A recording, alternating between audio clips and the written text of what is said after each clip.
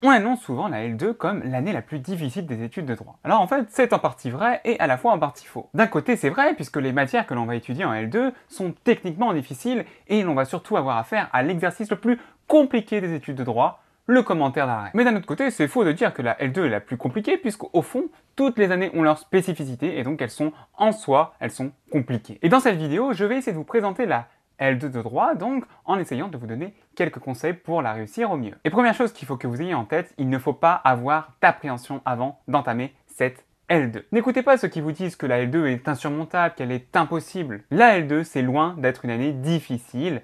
Il suffit simplement de bosser avec de la rigueur. Alors, quelles sont les matières que l'on retrouve en deuxième année de droit? Alors bien entendu, je vais parler des matières principales, les matières fondamentales que l'on retrouve dans quasiment toutes les facs. Alors bien sûr, en L2, on continue à faire du droit civil, et plus spécifiquement du droit des obligations. Alors qu'est-ce que c'est que le droit des obligations? Eh bien en droit des obligations, généralement c'est semestre 1, semestre 2, grosso modo. Semestre 1, vous allez étudier les contrats, comment se forme un contrat, comment il s'exécute, et qu'est-ce qu'il se passe lorsqu'on exécute mal un contrat. Alors attention, vous n'allez pas parler des contrats particuliers, par exemple le contrat de prêt, le contrat de vente. Non, vous allez parler de la théorie générale des contrats, des grands principes qui vont s'appliquer à l'ensemble des contrats. Et dans le cours de droit des obligations, vous allez aussi faire de la responsabilité civile. Par exemple, vous allez savoir ce que c'est qu'un dommage réparable, ce que c'est qu'un lien de causalité, ce que c'est qu'une faute au sens de la responsabilité civile. Qu'est-ce qui se passe lorsque vous commettez un accident de voiture, un accident de la circulation? Est-ce que vous devez indemniser la victime? Donc voilà pour le droit civil. Ensuite en L2, on continue à faire du droit public avec la fameuse matière qu'est le droit administratif, cette matière tant redoutée. Il faut combattre ce mythe selon lequel le droit administratif c'est impossible, c'est super dur. Non, le droit administratif ce n'est pas super dur, il faut juste bosser un petit peu plus peut-être, mais ce n'est pas impossible. Moi personnellement, je l'ai même trouvé super intéressante, alors même que je suis privatiste. Je me la suis rendue intéressante. Alors c'est quoi le droit administratif? Eh bien c'est tout ce qui concerne l'organisation, le fonctionnement de l'administration, mais aussi ça concerne les relations qu'entretiennent l'administration avec les particuliers, avec les administrés. Tout ça, vous allez le voir en droit administratif. Et d'ailleurs, si ça vous intéresse, j'ai fait une vidéo pour vous introduire au droit administratif. Je vais essayer de mettre le lien de la vidéo dans la description ou quelque part sur la vidéo. Enfin, en L2, on fait du droit pénal. Alors, lorsqu'on arrive en L2, on se dit qu'on va sûrement faire du droit pénal pur, c'est-à-dire on va étudier tout ce qui est meurtre, tout ce qui est viol, tout ce qui est vol, alors qu'en réalité, ce n'est pas ce que l'on va étudier en L2, puisqu'au contraire, en L2, on va étudier du droit pénal général, c'est-à-dire que l'on va étudier les grands principes applicables à la matière pénale, au droit pénal en son ensemble. Par exemple, vous allez étudier comment s'applique la loi pénale dans l'espace, sur le territoire, ou comment s'applique la loi pénale dans le temps, avec toutes les questions de rétroactivité. Vous allez également voir que toute infraction est fondée et basée sur deux éléments, sur un élément matériel et sur un élément moral. Vous allez donc étudier les généralités du droit pénal et non les spécificités du droit pénal. Et généralement, donc, vous avez des TD dans chacune de ces matières, donc je répète, droit des obligations, droit administratif et droit pénal. Voilà les matières principales que l'on retrouve généralement dans toutes les facs en L2. Alors bien évidemment, à côté de ces matières principales, vous avez des matières, disons, secondaires, telles que sont l'histoire du droit, même si l'histoire du droit, je trouve que ça doit être une matière principale. Vous avez également les finances publiques. Qu'est-ce que l'on a d'autre? On a le droit de l'Union européenne, etc., etc., etc. Il y a plein d'autres matières annexes, plein d'autres matières accessoires à ces matières fondamentales. Maintenant, quels sont les conseils que je peux vous donner pour réussir au mieux cette année charnière? Le premier conseil que je dois vous donner, c'est de bosser à fond la méthodologie du commentaire d'arrêt, puisque le commentaire d'arrêt, c'est l'exercice symbolique de la deuxième année et c'est l'exercice sans doute le plus difficile des études de droit. Il faut donc le bosser à fond.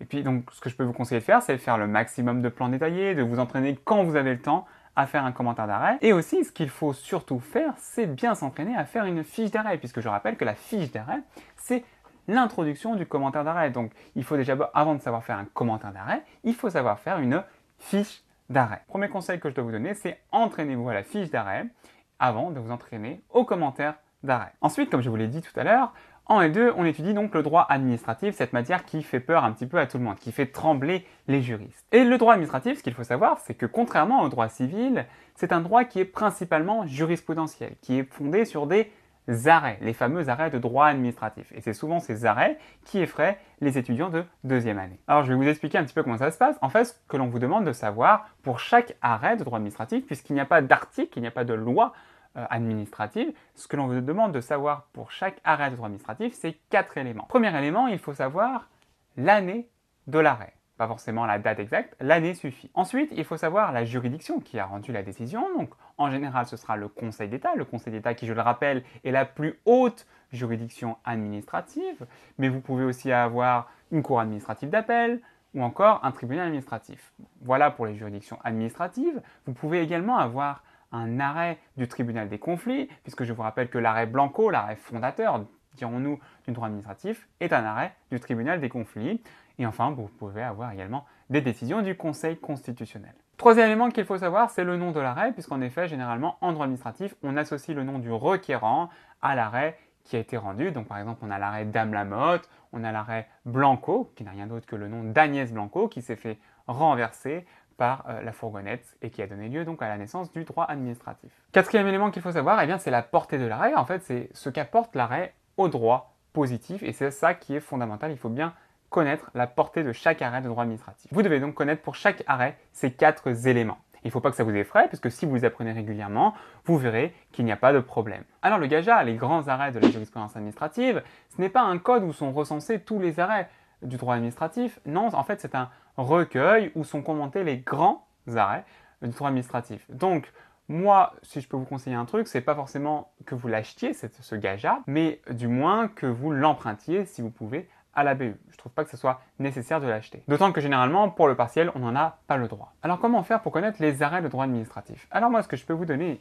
comme méthode, c'est de faire au fur et à mesure des fiches d'arrêts, donc des fiches où sont recensés les différents arrêts. Vous allez faire 4 colonnes, les 4 éléments que je vous ai donnés tout à l'heure. Donc vous allez mettre l'année, vous allez mettre la juridiction, vous allez mettre le nom de l'arrêt et enfin vous allez mettre la portée de l'arrêt.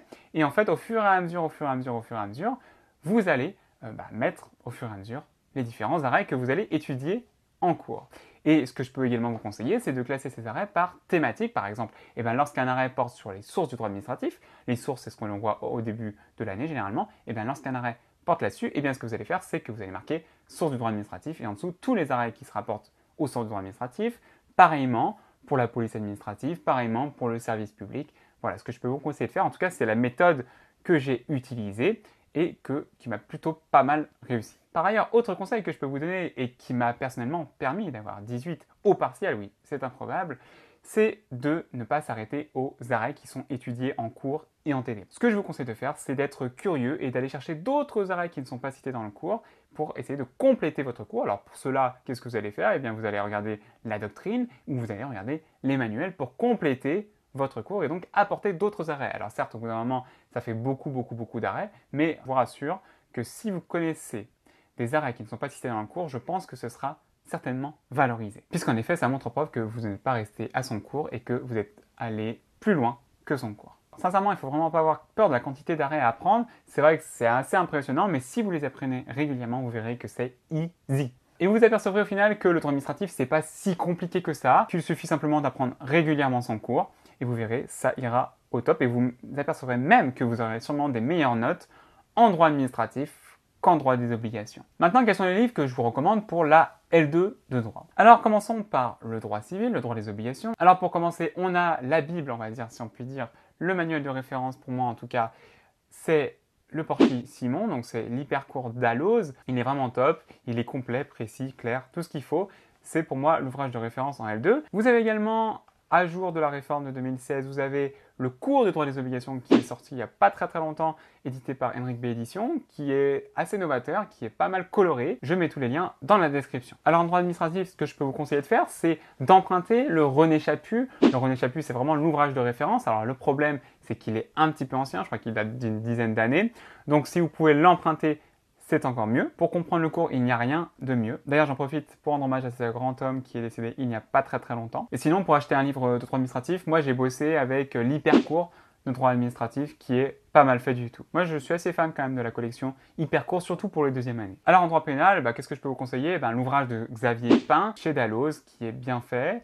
Vous avez également le livre de Michael Benilouche, Leçons de droit pénal général, qui est pas mal fait lui aussi, puisqu'il contient des exercices corrigés. Ensuite, autre question que l'on m'a pas mal posée sur les différents réseaux sociaux, d'ailleurs, ajoutez-moi, faut-il acheter le Code civil 2018? À vrai dire, c'est pas forcément nécessaire, puisque le droit des contrats a été fortement réformé en 2016, et donc cette réforme est intégrée dans le Code civil 2017, donc a fortiori dans le 2018, donc c'est pas forcément nécessaire. Par ailleurs, La réforme de la responsabilité civile qui est en cours, elle n'est pas encore définitivement actée, donc c'est pas nécessaire. Par contre, je vous conseille de l'acheter, ne serait-ce que pour avoir les nouvelles jurisprudences récentes. Aujourd'hui, on a la chance d'avoir des codes civils à 20 €, c'est pas très cher, donc je vous conseille d'en acheter un nouveau. Je sais que ça fait chier d'en racheter un, mais c'est toujours mieux d'en avoir un à jour. Voilà les amigos, j'en ai terminé pour cette vidéo, j'espère qu'elle vous aura plu. Si vous avez d'autres questions sur la L2, n'hésitez pas à me les poser en commentaire. N'oubliez pas de mettre un gros pouce bleu, moi ça m'encourage à continuer et à faire de nouvelles vidéos de ce genre. N'oubliez pas non plus de vous abonner à ma chaîne si ce n'est pas encore fait et à activer les notifications, vous savez la petite cloche.